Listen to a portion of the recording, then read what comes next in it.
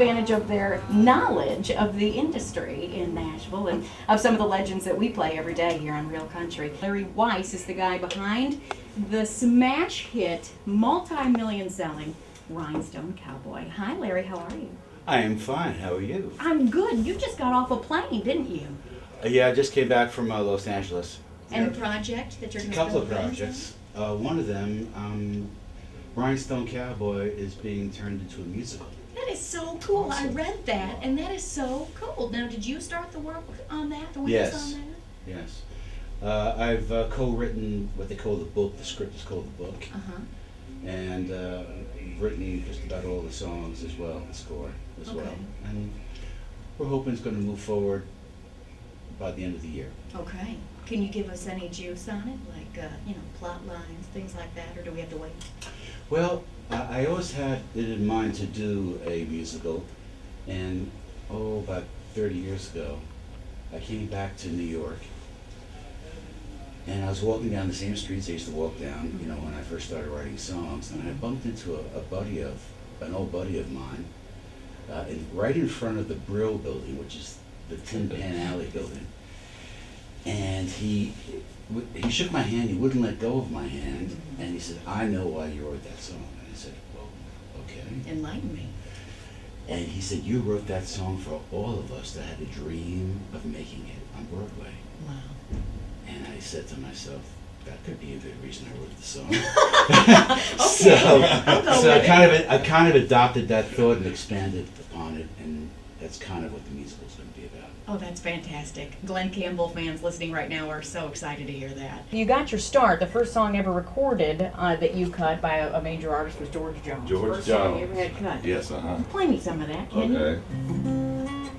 I was actually 19 years old when I wrote this song. Is that right? You're only 21 now, right? That's right, yeah.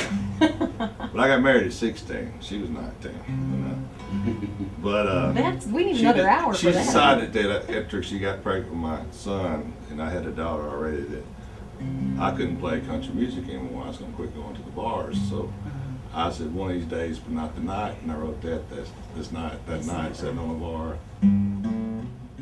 One of these days, I'm gonna settle down. I'm gonna plant my feet on solid ground. I'm gonna pull the plug on them neon lights. Yeah, honey, one of these days, but not tonight.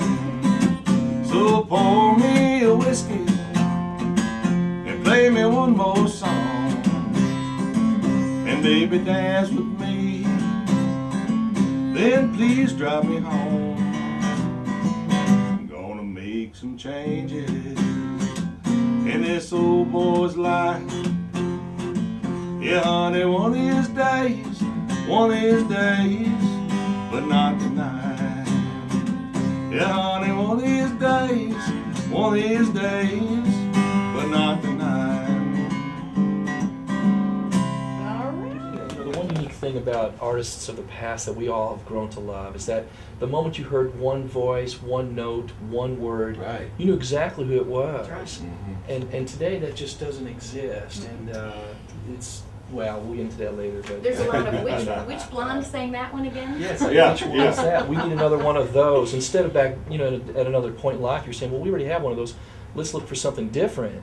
Today, well, we have this person who's successful. So what we do is cookie cutter that and say, well, that'll make us successful too. And it's just the opposite. What really truly tests or stands the test of times are individuals. And I think that's what the music industry should be all about, which is what Rock and Load is all about. I mean, it's going back to roots, going back to old school, going back, it doesn't matter what color, what age, what size, what physicality, it had nothing to do with that. Do you cut it? That's the whole thing. Are you good? Are you good?